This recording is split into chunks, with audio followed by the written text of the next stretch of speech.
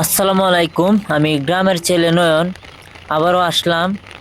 রাস্তার মাঝে বৃষ্টি হওয়ার কারণে সারাদিন রাস্তার মাঝে পানি জমে থাকা, তাই আমি পানিটা কিভাবে বার করবাম এই চিন্তা ভাবনা করি আজকে বাড়ির থেকে বাইরে হলাম। অবশ্যই এই জায়গায় যদি পানি জমে থাকে তাইলে মোটর সাইকেল বা অটো যদি যায়, তাইলে আমরা যদি সাইডে দিয়ে যাই তাইলে কিন্তু পানি ছিটতে শরীর ভরে দেয় বা অনেকের শরীর ছিটতে যায়। আমি চেষ্টা করতেছি যাতে এই পানি দিয়ে এই রাস্তা থেকে বার করে নিয়ে যায়। অনেক সময় আছে স্কুলে ছাত্রছাত্রী যায়, গাড়ি টান দেওয়ার কারণে কিন্তু পানি ছিটতে শরীর ভরে। তো এই পানি যদি জমে না থাকে তাইলে তার ছিটতে শরীর ভরতো না। এটা গাছ গুছালির কাটলাম, দেখেন পরিষ্কার হইতেছে আর ধীরে ধীরে পানি কিন্তু এক গাতার পানি কিন্তু গেছে গা। আমরা যে যে সময় ব্রিজ করে রুলার দিয়ে যদি ঠিক মতন ব্রিজের মুখটার মধ্যে যদি চাপ দিত তাইলে কিন্তু এই ব্রিজের কানে কিন্তু ডাবলো না।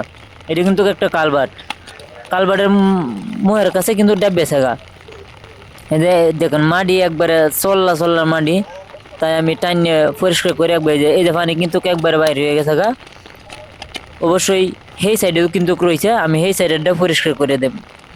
অবশ্যই ভিডিওটা দেখবেন। আর এটা কিন্তু একটা সমাজের সৌন্দর্য বা রাস্তার সৌন্দর্য ফিরায় আনে। যদি একজন আইটে আইটে আইতেছে বৃষ্টিতে ভিজে ভিজে পরে বাইরে থেকে এগুলো তো এটা কেলা গিয়ে করতে আসতে, আমি বললাম এটা তো খুব ভালো কাজে, কয় এটা তো ভালো কাজে আছে, তো কর সমস্যা নাই গিয়ে।